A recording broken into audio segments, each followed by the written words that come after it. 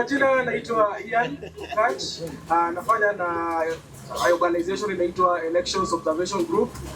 Kazi yetu kuu ni kuangalia vile huwa tunapiga kura. Na kura si hiyo ya kwenda kuweka kwa ballot peke yake. Kura kuna vitu mingi zenye zinaenda ndio ifike siku ya kupiga kura. So tunachanganua, tuangalie, tukosoe mali kuna issues, tunapata IBC recommendations ama any state actor just so to change the election yetu ndio kwa tunapenda election. Bali tuko watu wangapi wana trust elections zetu bali tuko sahihi? Elections zetu ziko free and fair? Kwa nini unasema hapana?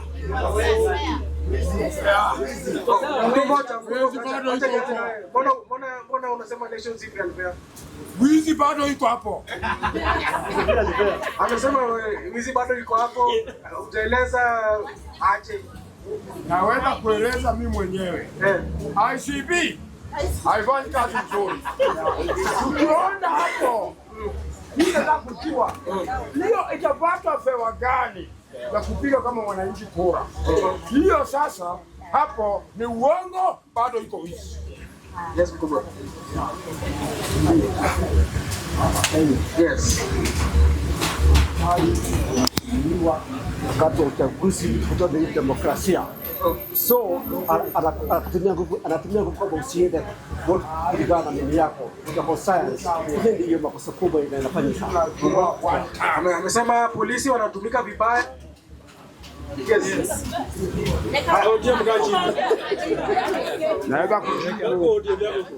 Mimi nasema we don't trust the IBC right now because the system is still the same. And the people that are in the power are the people ruling that system. So we cannot accept that you are saying that the election that we are safe with our ballots there. Maybe we can say that today that the percentage of the young people are higher, but when you are coming the ground, a lot of youth does not have those details. They doesn't have IDs. They doesn't even know the reason why they are voting. The government should create a site or a website where they will call youths and say that this is the things we want to do for you, and from this you can come in this, like mnasema wanaweza kuja hapa kwa bunge mna note down kila kitu yenye mwananchi amesema. Asante. Asante. Acha nisikie bwana wa mama tafadhali. Naomba. Tafadhali. Mama karibu. Mama.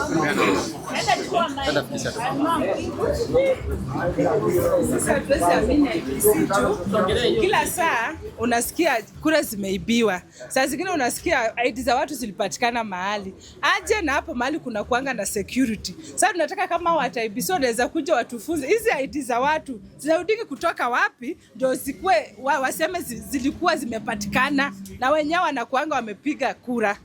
Asante. Okay, masaa tumepewa very few time yetu ni kidogo, but yes, vitu mnasema inaweza kuwa ukweli, inaweza kuwa uongo, but kitu muhimu ni lazima tujue kwa nini kura zetu kuangana maneno mingi hivyo. Kwa nini hatu trust process yetu?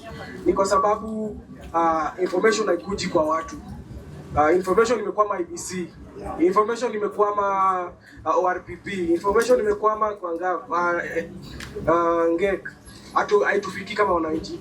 So hiyo ndio kitu kimetuleta hapa leo. Tunasema tunataka kuwa na conversation na wanabunge wa Nairobi. Watu elezeni ni nini pressure point zenu kwa elections ni gani? Tuwapatie priority areas zetu na tusema tuliangalia 15. Tuko na vitu 15 priority areas 15 zenye tunadhani serikali wakiangalia vizuri wazirekebishe tutakuwa na elections mzuri. So ningependa kuintroduce ELOG. ELOG ilikuwa formed in 2010. Hii ilikuwa after recommendation ya Krigler. Unakumbuka Krigler? Johan Krigler, yes. Johan Krigler alisema there needs to be how do you call it? There needs to be a permanent election monitoring body that observes issues around the election from the beginning to the end and even post-election period. Ndio tusijipate pale tulikuwa 2007. So tumeobserve how many general elections? 5 general elections, 2013, 2020, 2017 both the general election and the how do you call it? The repeat presidential election. 2017 na 2022 sorry, and a lot of by elections tulikuwa tumetuma teams Malava, Skabras, nimesikia watu wakisema serikali wamechukua kila mahali. Yeah, so tuko report hii wiki inakuja tueleze wananchi ni nini ilifanyika kwa hizo elections. So yeye nimetuleta hapa leo sana ilikuwa kuwapatia 15 reform areas, mtu kosoe, mtuambie tumeshika kila kitu ama kuna kitu tumesahau tuongezee, so that tukienda kuongea na IBC, tukienda kuongea na RPP, tunaambia bunge la Westlands wamesema hii ndio important, ndio wafanye election nzuri. This what are the changes that you people want. So hiyo ndio imetuleta hapa leo. Ningependa kuita mwenzangu anaitwa nataka kuita mkubwa wangu na tupeleke through hizo, atu mention just the 15 areas, alafu apatie opportunity to just react to those, mtuambie au tumegonga ndipo ama tumeenda kando sana. So Marcus, karibu.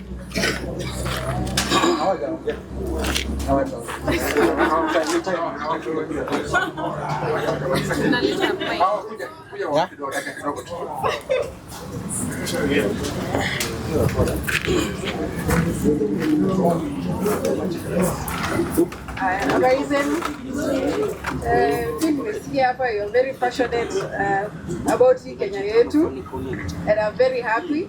And I think we are in the right place because kwanza ni ya kuu ya ELOG.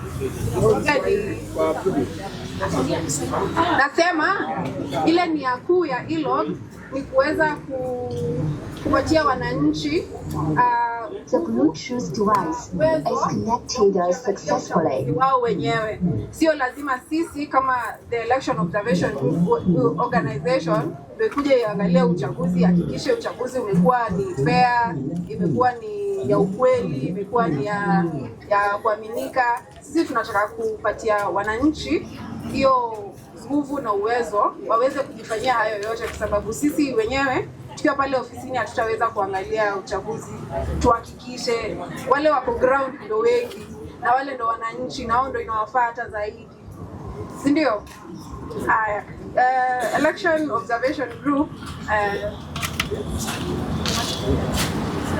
haya, tuko na zile mambo ambayo muhimu tunaangazia zaidi wakati tunaangalia mambo ya uchaguzi. Moja yao ni media monitoring. Media monitoring ni kuangalia mambo ambayo yanatangazwa kwenye televisheni, kwa news na kwa maredio na pale kwenye social media, kwa sababu saa zingine ni za uongo, zingine zimetiliwa fitina, zingine ziko na uchochezi, si ndio?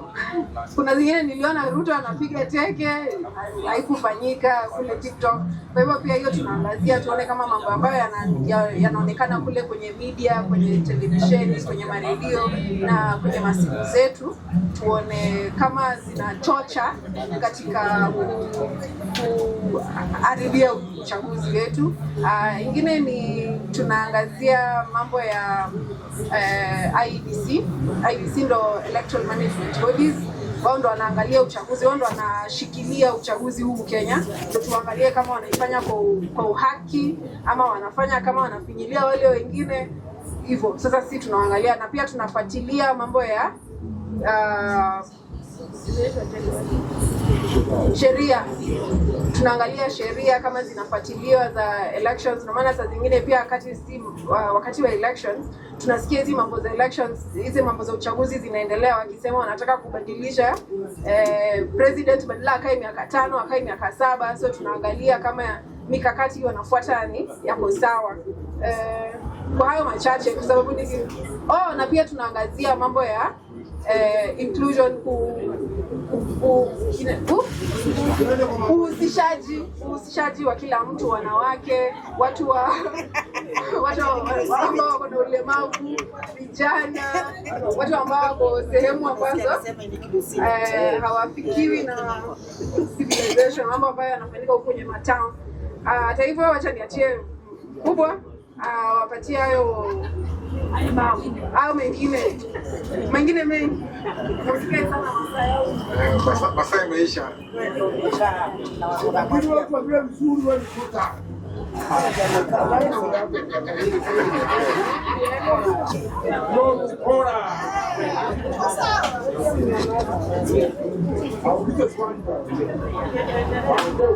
Habari za jioni. Bunge la wananchi, bunge mashinani. Tunafurahi sana kuja hapa Westland Kangemi. Tuliambiwa na sangu ELOG. ELOG ni election observers. Yetu ni observe elections. So wakati umeenda kupiga kura, kazi yetu ni kuangalia elections vile zinapigwa. So kazi yetu si one term or two term. One term. Kazi yetu si one term or two term. Kazi yetu ni no term. One term. Wakenya wakiamua ni one term, itakuwa ni sawa. Wakisema ni two term, ni sawa. Wakisema no term, iko sawa. So hiyo ni kazi yetu. But vile nimesikia vile nimeongea hapo hivi, nimefurahi sana bwana Mr. Speaker. We are very happy vile nimeongea vizuri, mmependana. So nitajaribu kuchanganya English na Kiswahili, sawa? I'd rather use English. All right. So ya kwanza kenye tumeona for the last elections is about communication. Let's talk about IEBC. So vile hawa amesema IEBC is the election management body. So IEBC tumekuwa na a lot of issues around IEBC. Ya kwanza ni communication ya IEBC. Unajua IEBC, I don't know kama hapa hivi Mr. Speaker, IEBC ukuja hapa kwa bunge la wananchi. Hawakujangi. Yet IEBC kazi yao nifanya nini? Kazi ya IEBC ni nini?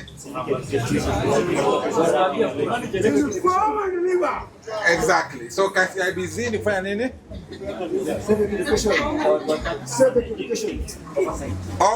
See oversight. To manage elections. Wanafanya voter registration, wanafanya voter education, but we've had a big issue with communication ya IEBC. Watu wa ground, they can't hear IEBC wakiongea. They don't see them around. So sisi kama watu wa ELOG tumesema the way to improve communication ya IEBC wakuwe na special directorate ya communication. Pale IEBC kuna directorate ya law, ya legal affairs, kuna yule amemsimamia election technology ICT, kuna mwingine amesimamia kitu ya partnerships, but hakuna director wa communication in IEBC. So we think that in order to make IEBC speak to the people, one of the reforms to suggest kwao is to create a special office ya communication. Office ya nini? Communication, because it's lacking in IEBC. Ya pili, I think some of you mliona last time wakati wa kutangaza matokeo ya 2022. Some of you saw it, isn't it? Simuli watch. Hii imeisha. Sasa.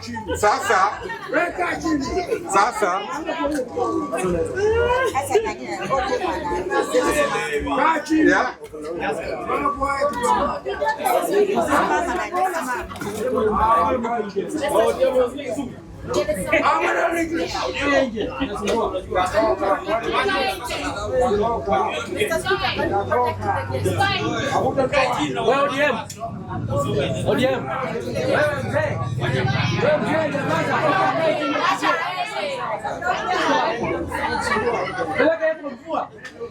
Asante sana. Asante. Tuendelee basi.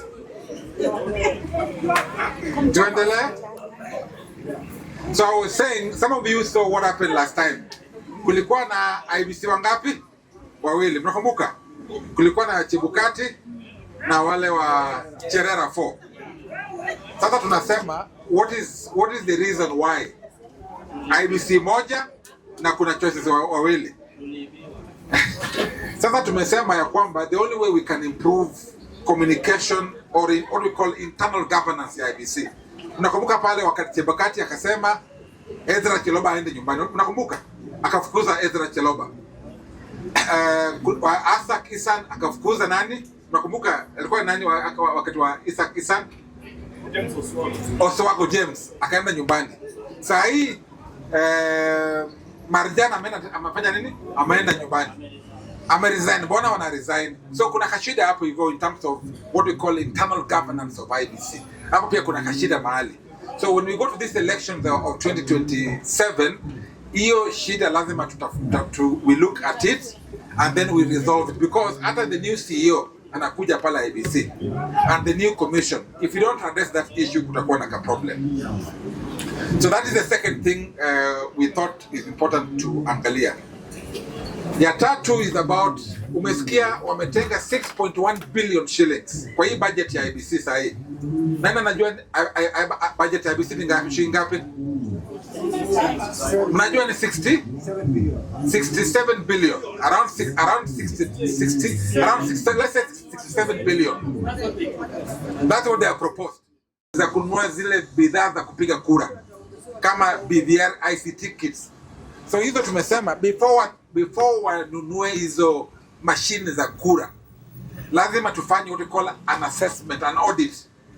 Waite mtu mwingine, a third party, a private firm, wa audit hizo equipment, tujue out of the main equipments wako nazo, what numbers are not working. Because before buy kitu, si lazima ufanye niko na equipment 10, mbili hazifanyi kazi, alafu then I'm buying only 8. Hao wanasema they want to buy over 50,000 kits, na wajatuambia kwa store wako na ngapi, and how many are working and how many are not working. So what we are calling for as ELOG is what we call an independent assessment or an independent audit of all the machines that they have in their stores. Umesikia Attorney General? This is what we are asking them to do. They audit all machines zote wako nazo everywhere they are, tujue ni in stores wako na 100,000 kits. Out of the 100,000, 20,000 are not working, and then they buy new ones. Then kitu ingine pia tumesema about election results. Unakumbuka last time they were not displaying results zile za Bomas. Unakumbuka transmitting results. You know, one of the things that I niwakumbushe, ukienda kuvote pale, ile machine, ukienda pale kwa polling station, what does it do? So you go there in the polling station, you are identified, isn't it?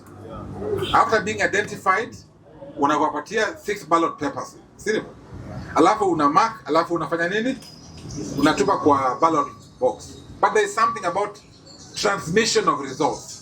So once the PO amemaliza na kuhesabu kura, atasema huyu amepata this, huyu amepata this, alafu anaziandika kwa results form, alafu anapiga picha, alafu hiyo form inakuwa transmitted to the constituency tallying center na national tallying center at Bomas.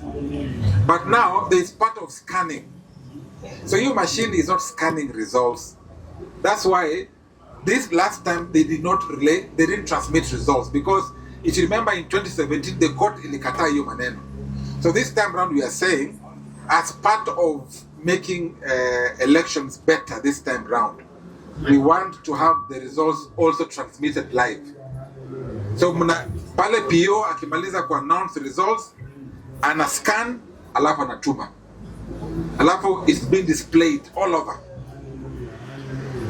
Then kitu ingine ya kwamba is you know, there's something how it ukibai zile machine, do you know that Kenyans don't own them? We don't own them. Since they took. Where is it? Yes. Yes. What I want to say that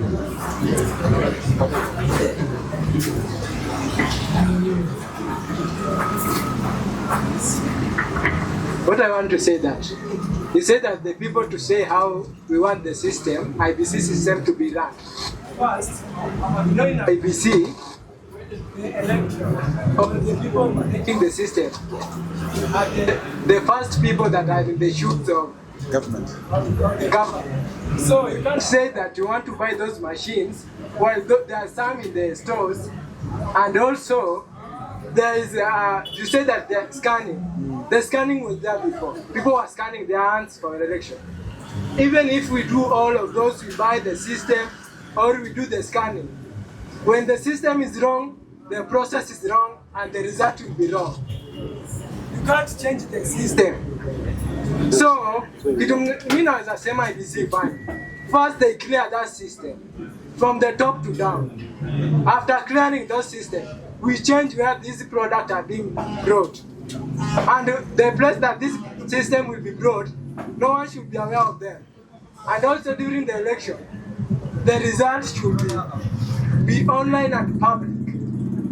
Last time during the election, 3 to 5 minutes the media was blackout. The media went off. After then, what did we get the result? We found that there was a boost on the other side, and on the other side there was a dropping. So you can't, even if you do all of them, you buy everything, the result will still be the same. So there's no need to buy those things. Just look on a way that you will find a person who will start from that, the chair of the IBC. You look for a person who is responsible, a person who cannot be corrupted, a person who is straightforward, so that if the boss comes to the boss amekuja kwa ofisi amepata kwa hii data kulikuwa na leakage, the person kwa hiyo data atakuwa in charge.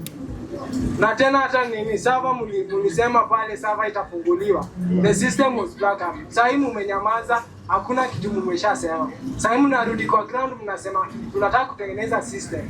Mwezi tengeneza hii system. The system has the power, and the power cannot change the system.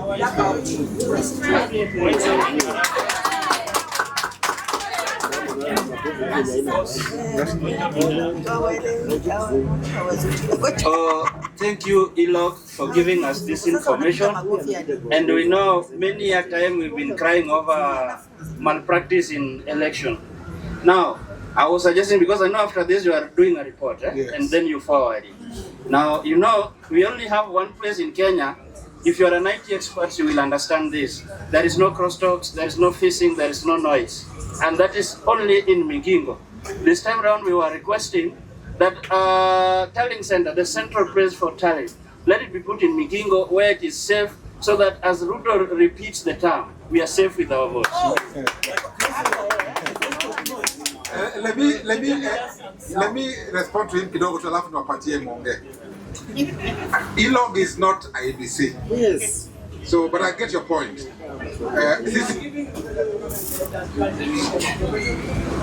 To them. Yeah. Okay. Yeah. So our work is So what we are saying is the issue about easy machines wanna buy. The point is that they have put 6.1 billion shillings to buy machine mpya. So what we are saying ourselves as observers, before wanunue machine zingine, watuambie, watueleze kwa hizo machine zote how many are working, because you know kuna corruption kwa hizo machine. Kuna corruption kwa procurement. Yeah, so we want to know, because they are using your money. They are using pesa yako to buy the machine. So before they buy the machine, we want to know exactly, because they are telling us they are buying machines. Wana buy ngapi? Who knows for easy machine? Because what if the machine they are buying hata hawatanunua? Yeah, exactly. So, but I get your point, and we are taking notes. Thank you, ELOG. I've got 3 questions that I wanted to clarify.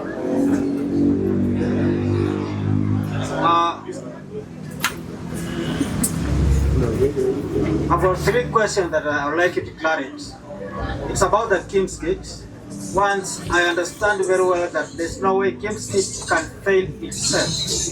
As much as we can purchase the new King's Gate, what will happen if the system of President Ruto want to rig an election will make sure those camp skits are not working. So you as ELOG, if those camp skits will not work, how will you give your report at the end of the day? And number two, I have always followed when you are doing your reports. You only do your report after the election. And what happens? You do a report when the winner has been declared, and some point you can, let me put it this, some point you contradict the results. So when you are contradicting the results, it means you knew it before that this outcome might not be the right outcome, but you did not raise issues before the winner has been declared. So what you want to request from you guys, when you send something fishy, you better do a report earlier and call the media and explain to the Kenyan people that this is what is happening. So as ELOG, you are not agreeing with what is being with what is happening within the system of we are having today. Yes. Number three, the last question is this. It's about the polling stations. It's always an allegation that the government in place will always create fake polling stations. And then those fake polling stations will be used to vote. You as an observer, how will you assure the people of Kenya that this fake polling station will not be around this time round? Very good, thank you very much. Let's begin the last question you've asked. Let's be very honest and let's be very honest people. Kwa hii gathering, kwa hii assembly, nani atachukua kura? Kama observer ama agent? Ha? Wewe ushachunga? Mshachunga kura, isn't it? Ha? Kuchunga. Yes. Umechunga? Sawa. Kama hebu mniambieni. This issue of fake polling station. Iko nani shaona? Uliona wapi? Wewe?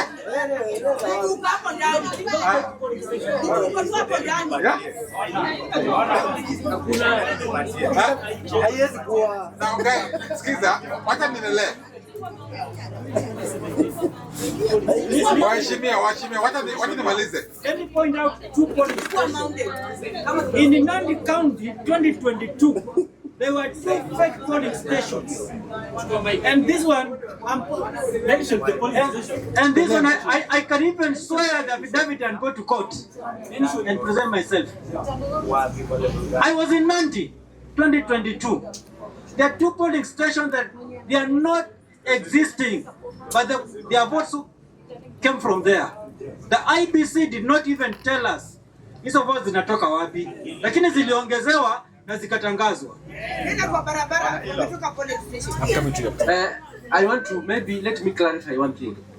I've heard my good friend say the government will interfere with the Kim's kids to rig the elections. I thought IBC is independent. The government does not interfere with what IBC is doing. Number 2, I want to say this. No, I'm trying to respond. I'm responding. Number 2, I'm saying this. In Kenya, we have been an agent. In Kenya. So this is not politics. This is not politics. Munapenda siasa sana. Munapenda siasa. Hii maoni tunatoa.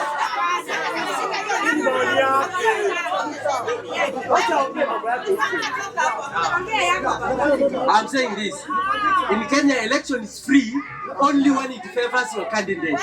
But when it does not favor your candidate, election is not free. Last one. Ya mwisho. Okay, tutulieni kidogo, hii ni important, si ndio?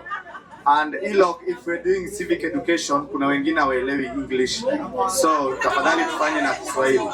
Sikia kidogo. Mimi kitu yenye naweza sema ni kwa mambo ya election. Kama ELOG, nataka muweze ku-create system. This system, CIBC inachukuanga data yetu. Na inachukua mpaka phone number, si ndio? Tunataka saa zile mimi nimevote kama Akula. Hii kitu inanionyesha real time result. Inaniambia nimevotia for example Sifuna ako na kura 100 saa hii. Unanielewa? Kama umevotia Ruto na kuonyesha Ruto ako na kura 20 saa hii. Which means tukue na sisi kabla wale watu wajasema.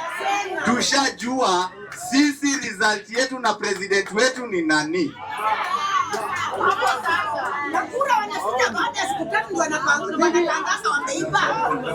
Mimi chenye nasema Sasa huyu anasema.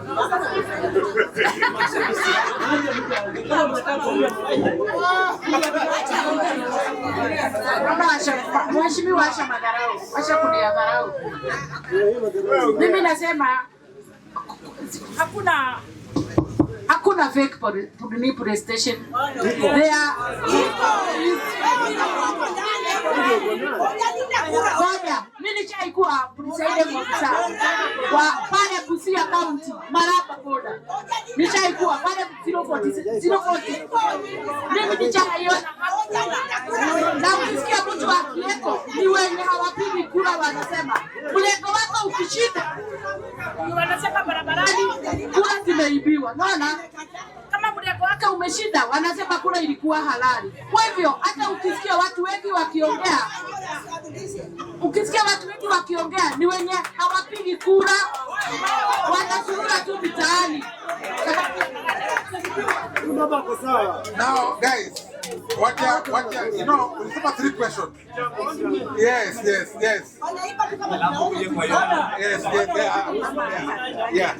Guys, niliuliza 3 questions.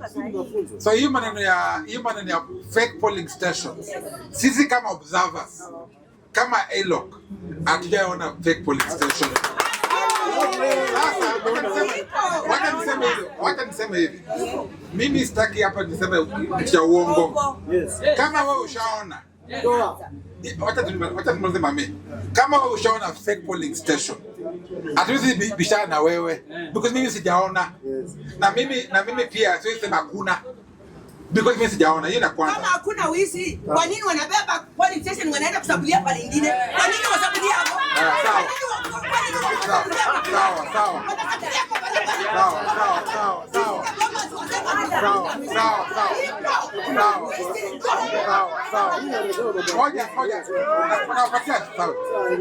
Sasa I'm just saying. So ya pili about wacha niwaeleze kitu kingine tena. Hilo mami kidogo tu. Unajua ELOG, you know, last election tulikuwa na how many polling stations last time? There were over 40,000 polling stations. Isn't it, huh? 46,000 polling stations last time. Out of the 46,000 polling stations, ELOG only had 5,000 observers. Unaelewa? So we sent 5,000 observers across the country, but also to something which what we call parallel vote tabulation. Some special observers kazi yao tu ni kuchukua results. So that when now the issue of you spoke about the issue of results and report. We speak after IBC. You know, katika nchi ya Kenya, the only tume that is allowed to announce results ni nani? IBC. Kenya ndio wesi na mgalo msaki. Yeah, let me finish. I'm coming. I'll give you So, sasa, the only body allowed to announce results in the IBC. So ELOG can't come and announce the results. But as you say, we can speak on things we see that are wrong. We can speak. So what we do is that we always have what we call election long-term observers. So watamonitor vile wanafanya kura za parties, ODM ama DCP, wakifanya party elections we observe. Kama wanafanya civic education tuna observe vile hao walikuwa naongea about. Kama wanafanya things like civic education tuna observe, registration tuna observe. we will tell IBC hapa mmefanya makosa, hapa mmefanya vizuri. We can say those things. But results we can't say. That's number one. Number two, we always give results according to the Kenyan IBC. Hao ndio nakupatia ruhusa ya kumzao. Walisema kama ELOG amwezi tangaza results yenyu before sisi. But we are trying, as you said, we are trying as much as we can to work an arrangement with the IBC to allow us to speak before them, because Kenyans wanauliza mbona mliongea after IBC. Hiyo ndio swali wanauliza, mbona mnaongea after IBC? But hiyo ni sheria ya IBC. Na hatuwezi but it's a suggestion, it's a recommendation we are telling IBC. Then they tell us, can you do it before? The issue of Kim's kit. The issue of issue yako. In ideal, no, it's okay. Katika sheria za Kenya saa hii, you know, elections ni kama football. Iko na rules zake, isn't it? Iko na sheria zake. Sheria ya election ya saa hii ya Kenya, utapiga kura si kwa simu. Unapiga kura kwa karatasi, una mark, una ifold, unaweka kwa ballot box, inasaibiwa manually. Naelewa? Inasaibiwa manually. One. So kura ya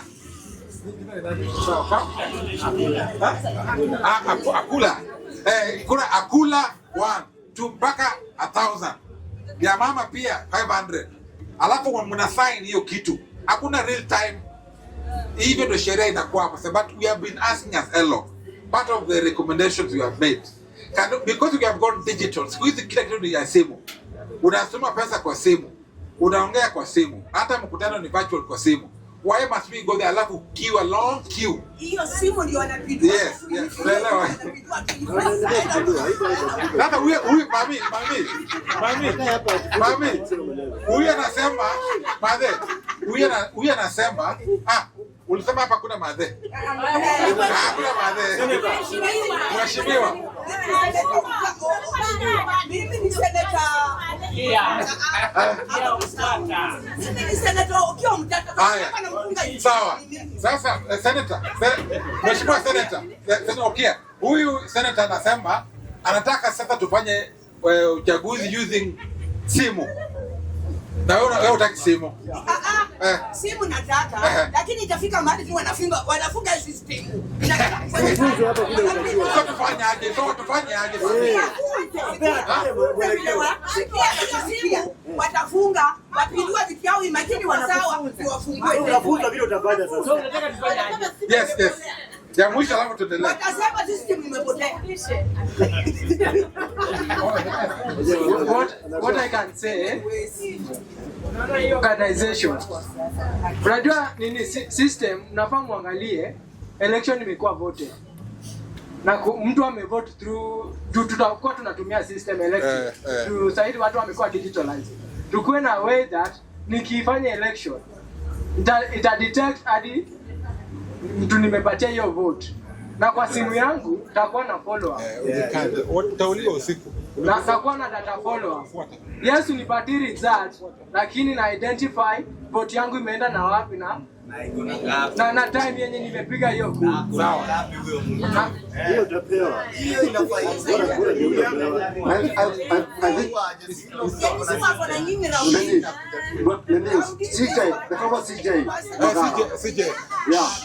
CJ Maraga alifanya nini uchaguzi urudiwe. Sikiliza, alifanya uchaguzi urudiwe, lakini pia IBC bado haikuwa na nini ukweli. Na hii kweli tunataka sana. Waziri mkuu ambaye ameshaga amekuwa akishinda uchaguzi mkuu nchini Kenya, lakini IBC ina favor opponent. Ukienda mahakamani nini, kwa sababu wao washaambiwa tukutaka mtu fulani na kwa sasa ni yeye. Ni kwa nini? Then I'll give you the mic. This is just a suggestion that maybe you as ELOG you can move to court so that we don't allow the sitting president to be the one appointing the IEBC chair, so that at this we can be sure we have we can have somebody whom we know, we are sure this person can manage an election very well.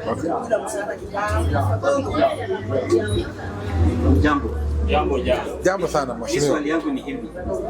Apart from IEBC. Simama juu ya kamera. Kamera. Apart from IEBC, is there anyone else who has the capacity to tally and to tally elections? Yes. No.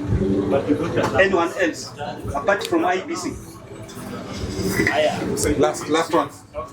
You wanted to I just want to explain something. Mtu wa Skiika, kama uko hapo unaweza ambia mama.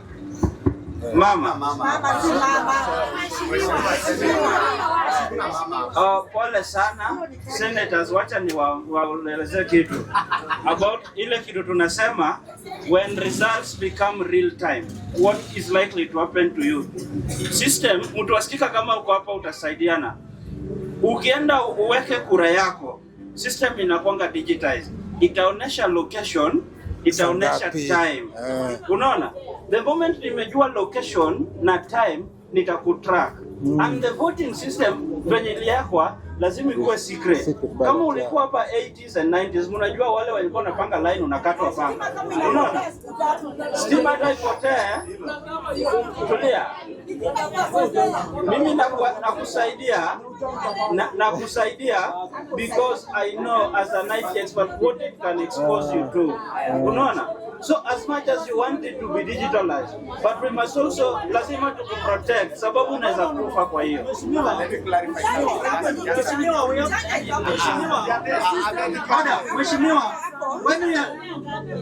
when we are talking about the system being digitalized, if I vote today at 8:20, the system will reflect, I have voted at 8:20. What you are saying, the system will not show that I voted for candidate X. So there's no anywhere threat that someone will start following me that you voted for candidate X. Huh? No.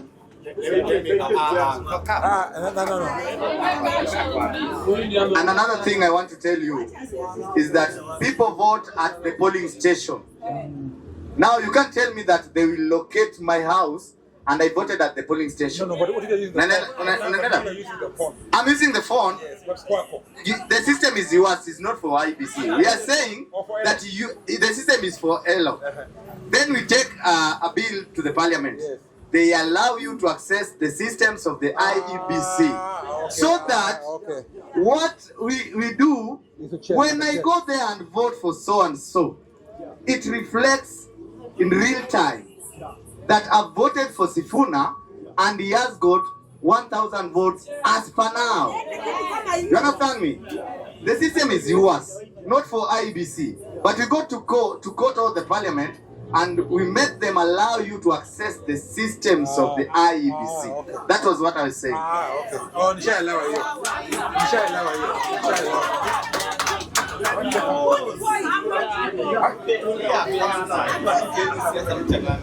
Hello.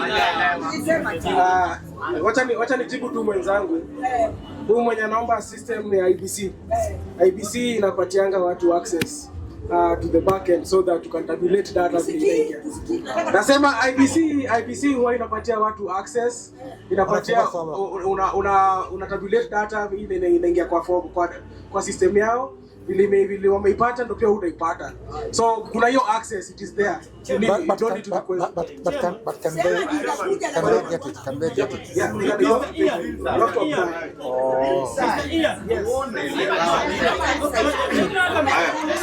Bunge la Mwananchi.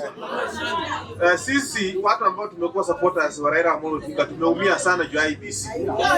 Sisi watu wa ELOG tuko na request. Mnaweza kuwa mko na figures zenye Raila alikuwa alipata 2022 zenye ziko tofauti na IEBC ama siko same.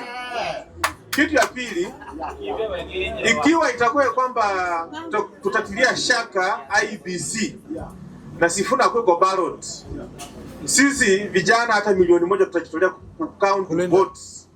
Hata kama ni 5 sisi will be having 15 million votes. Na sisi tunaambia serikali ya kwamba hiyo system ya IEBC, mtu mwenye ana release pesa national government. Sawa sawa. Kwa hivyo IEBC chairman na CEO lazima they must make the president happy. Tunaelewana? Kwa hivyo that is already a compromised system. We don't expect anything credible from IEBC system. Now, I'm coming to you. Sasa, kuna swali uliuliza. You asked the question, apart from IEBC, is there any other body in Kenya that is allowed to tally results? On capacity? I haven't seen any. I haven't seen any. Yeah, I haven't seen any. Yeah. Now, but there's something about appointment. Someone was asking me appointment. You know, in Kenya, do you know we appoint IB, and you've said about system is compromised. Yes. Sasa, this is the issue. According to your Sharias of Kenya, once a vacancy arises in the office of commissioner, what do? See what vacancy advertisement, alafu any Kenyan can apply. Alafu unakuwa shortlisted, isn't it? Kama kwa shortlisted, interview is done by a panel. Panel, you can go there, I can go there. If you impress the panel, unapitishwa. So they submit names to the president. So the president is not present in the interview. He's not part of it. So he's given names. He's given names, names for commissioners and for chair. So from there, he will now appoint. Unaelewa? So your suggestion, no, I'm coming to you. I know what you're saying. So now, umeelewa your procedure of appointing. Yes. So what do you want us to change about it?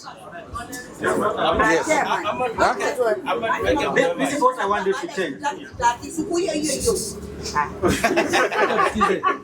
Because you as ELOG, you have got powers to observe our elections. Correct. Now in this case, President is given 2 names from the panel that have been interviewing so and so. Correct. Now President will choose from these 2 names. If it is Mark and Ian, President can decide now I'm choosing Mark. Correct. And then we do not know why he's choosing Mark. And he left Mark. He left Ian. He left Ian. Yes. So Ian, Mark will always have a problem not to follow what the president is saying. Okay. That is why we have a problem here. So what is your suggestion? So our question is, you do. Yes, you know, this is what we are saying. The president should not be the one now to choose for us. Once these guys have done an interview, they choose themselves. And they just say the president, this is Akula the chairman.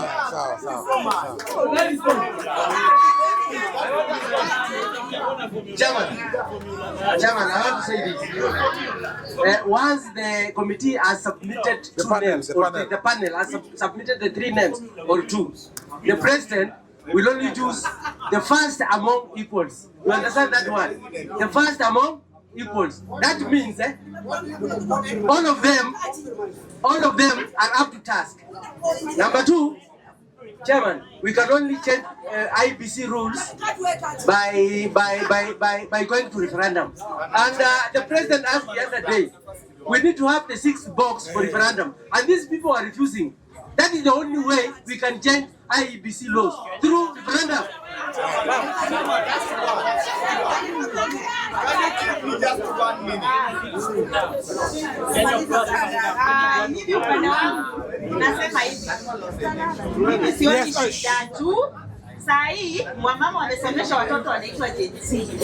Nakumbuka ile wakati parliament wakiingia kwa parliament walipata aje manamba za wabunge. Hivyo ndio tutajua results kupitia kwao. Sasa hii waliamka, tulikuwa tunataka kitambo wakati wa Raila kupitia. Nimesema Gen Z are very active. Si ndio wamesoma. Sasa saa hii walipataje zile namba za wabunge kwa nini? Hao wabunge wote mpaka na watoto wao. The same way venye wako hivi tena tutajua tu results. Round hii tuko chonga. Hata msipo. Kabisa.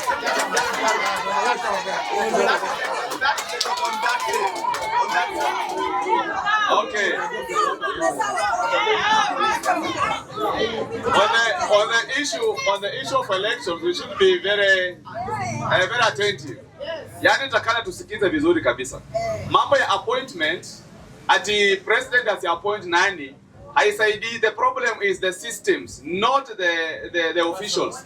Kwa sababu tukiangalia Isaac Hassan alikuwa appointed na Kibaki, naye akakuja kuharibu kura za Raila. Chebukati hakuwa appointed na Ruto, alikuwa appointed na Uhuru, lakini akakuja karibu kura za nani? Za Raila. So sisi tunachukulia kwamba system, yani unachaguliwa tu ukiwa mtu mzuri. Mahali unaenda kukaa, unapata mambo haiko mzuri pale. And that is why the only thing we can save this ni kwamba mahali kura inapigiwa, wana declare pale direct one on one na mambo inaishia pale. Hii mambo ya kura kuendanga kwa sehemu zingine mpaka Bomas ndio huwa inaharibu maneno kidogo. Yeah, order. ELOG, we have what we call incumbent politics na succession politics. So incumbent politics ni politics ambayo unapata president mwenye ako kwa power bado anasimama. Unanielewa? Na succession politics unapata ule president mwenye ako kwa power asimami anaenda. So kuna watu wengine wenye wanasimama. Hauwezi niambia ati tunaenda kwa match ya football na timu moja ndio inachagua referee. Hatuwezi enda kwa match ya football kama timu yenye ina participate inachagua referee. So my suggestion is this. Hii mambo ya chairman ya IBC irudishiwe wananchi. The power belongs to the people according to Article 1 of the Constitution. Chairman wa IBC, hawezi niambia kwanza tukianza selection panel yenye inachagua hao watu inachaguliwa na president. Inaletewa kwa president. President kama saa ile NADCO. Tukienda kwa NADCO, Raila alileta watu, Kalonzo serikali ikaleta watu. Serikali ilienda kachagua watu wenye wanaenda kuchagua the commissioner, si ndio? Hawezi niambia hiyo kitu itakuwa fair kama mtu mwenye anacheza anachagua referee.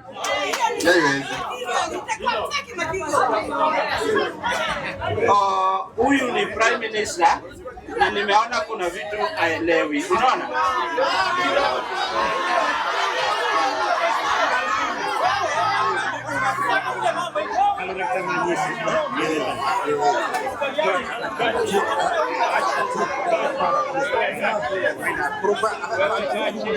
Wewe kaa chini bwana. Kaa chini. Hapana mpaka mimi. Mwanaume. Hapana mpaka mimi. Tulia. Haya, hii mambo ya IBC. Wacheni niwaambie viongozi wa hapa. Hakuna kitu kizuri nchini kama amani. Hii mambo ya kuchukua ati tunapeleka kwa wananchi, mnatumia formula gani? Na Ethokan, sijaona kosa ya Ethokan. Apart from Ethokan, yule mtu tunaweza peleka IBC pia tusaidie pale, labda ni Utiende moja.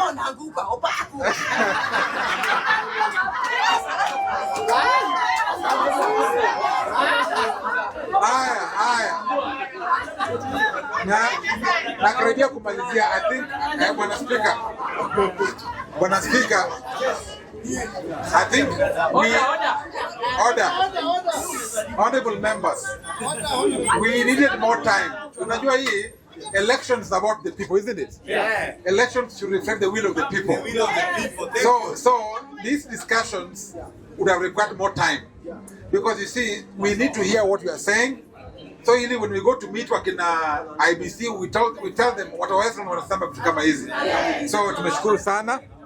I hope you'll Speaker, your time. Yes. Time imeisha. I would have loved as we continue. Nishaandika hapo. Yeah. So, but I hope waheshimiwa. Nishaandika ndio hii. Nishaandika. Haya, sawa. So, waheshimiwa, ningependa next time muniita tena, uite watu ELOG tuongee sana. tupige story tena, alafu we help each other, isn't it? Asante sana na Mungu awabariki. Asante sana. Haya,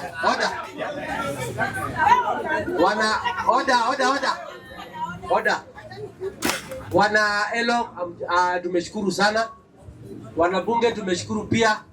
Mmekuwa watu wa nidhamu. Umesikiza kwa ustaarabu. Hata wageni wamejua hii bunge ni bunge la ustaarabu.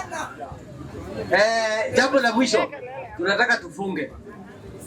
Ningependa welcome, where is our other chair lady? Malezi. Women rep. You need to make some announcements here. Maybe beyond my powers. Can you make some announcements?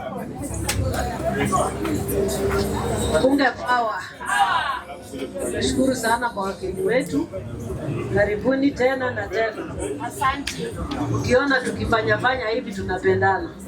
Na tunajuana kwa viremba. Hatuna chochote mbaya. Kwa hivyo wamama mtabaki nyuma. Wayuzi wataona Festus. Tusemezane ndio tutoke tuende, si ndio? Ama unafurahia kwa wageni? Wageni karibu. Tumwapigie makofi.